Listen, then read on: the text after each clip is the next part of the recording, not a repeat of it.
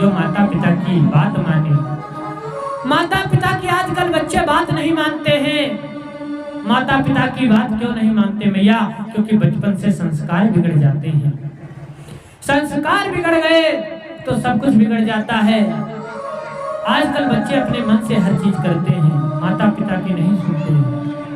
लेकिन रामायण हमें यही सिखाती है, भाई के साथ भाई का व्यवहार कैसा होना चाहिए, एक पत्नी का एक पति के प्रति कैसा फर्ज होना चाहिए, एक पिता का एक पुत्र के प्रति कैसा फर्ज होना चाहिए, ये रामायण सिखाती है।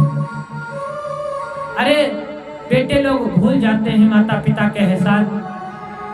अरे हमने तो यहाँ लखनऊ की सत्य घटना है, एक रिटायर्ड जज थे और वो जज साहब बड़े अच्छे थे। उनके 2 बेटे थे और 2 बेटे हैं और दोनों बेटे जो थे खूब मन से पढ़ाया जज साहब ने, खूब मेहनत से पढ़ाया और वो जब सफल हो गए अमेरिका में दोनों बच्चे जॉब करने लगे।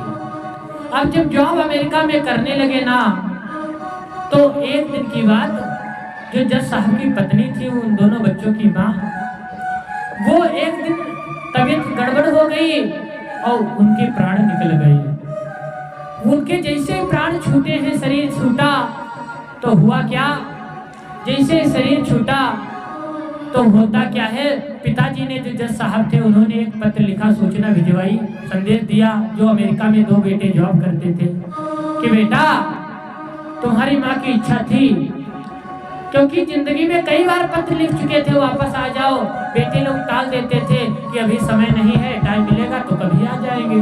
आज माँ चली गई है, पत्र लिखा, अब आ जाओ, अंतिम समय में कम से कम अग्निदान तो कर दो। अब पत्र पाया है तो 2 भाई हैं, छोटे बेटे ने सोचा चलो हम ही चले जाते हैं, बड़े ने इनकार कर दिया, अरे हमें जरूरी काम है, जब तुम जा रहे हो तो हमें जाने का जरूरत है, 1 लोगों से काम बन जाएगा। और जैसे इतनी बात हुई, होता क्या है, वो छोटा बेटा आया, तब तक 2-3 दिन लाश को बढ़िया रखे रहे किसी भी बर्फ में व्यवस्था में। और जब छोटा बेटा आया तो वो जज साहब बोल उठे, बेटा इतनी देर क्यों लगा दी? तो कहता है अरे जरूरी काम था पिताजी, इसीलिए इतनी देरी हो गई। तो जज साहब कहते हैं मम्मी की तुम्हारी इच्छा थी, तुम्हारे द्वारा अग्नि संस्कार मतलब करवाना चाहती थी, तभी आपको बुलाया है। और इतने सीधे वो कुछ नहीं बोले। तो वो छोटा बेटा कहता है भाई से हमारी बात हुई थी, दूसरा आपका जो बेटा है वो कह रहा था इस बार तुम चले जाओ, मम्मी का कर दो अंतिम संस्कार, जब पिताजी मरेंगे तो हम पिताजी का कर देंगे। देखो बच्चे, जैसे इतनी बात कही है, वो पिता जज साहब जो थे उनकी ये बात दिल पर लग गई। अब दिल पर पिताजी के बात लगी तो वो बड़ा दुखी हो गए, सोचते हैं ऐसी औलाद किसी को ना दे भगवान। अब कमरे में जाते हैं और एकदम जोर से गोली चलने की आवाज आई, अपने आप अपनी हत्या कर लिए। और एक पत्र लिखे थे, उस पत्र में लिखा था, जब उस दूसरे लड़के ने पढ़ा है कि बेटा अब मम्मी मरी है तो तू आ रहा है, मैं मरूंगा तो वो आएगा, मैं ये सारा खेल ही खत्म कर रहा हूँ। अरे आज तू आ ही गया है, अगर तुझे समय मिल गया है ना तो तू आया है, तो एक साथ तू मेरा भी और अपनी माता का भी अंतिम संस्कार कर दे।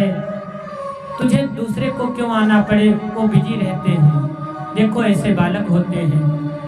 बताओ, जिस माता पिता ने पढ़ा करके इतने बड़े कर दिया, उन माता पिता का एहसान लोग ऐसे भूल जाते हैं। कोई किसी का नहीं है, लोग सोचते हैं बेटा हमारा है, बेटी हमारे, कोई किसी का नहीं। अगर कोई आप लोगों ने देखा होगा, आपके 2 बेटे, एक को पढ़ा लिखा कर बढ़िया जॉब लग जाए, बढ़िया इज्जतदार बन जाए, और जो नहीं पढ़ा है अंत में साथ कौन देगा? जो अनपढ़ है भले 2-4 बार भला बुरा कहे, लेकिन मौके पर खाना वही देगा। और पढ़ा लिखा करके अगर बाहर भेज दियो हॉस्टल में, बाहर नौकरी करेगा, आपको कभी नहीं पूछेगा।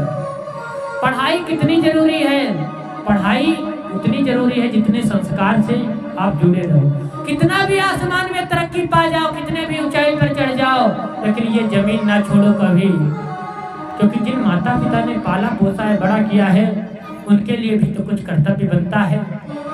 तो वही आज सुमित्रा माता कहती है, अरे बेटा लखनलाल तू बड़ा भाग्यशाली है, तेरा कर्तव्य है। और याद रखना, तेरे होते हुए राम जी को जंगल में कोई दिक्कत नहीं होनी चाहिए।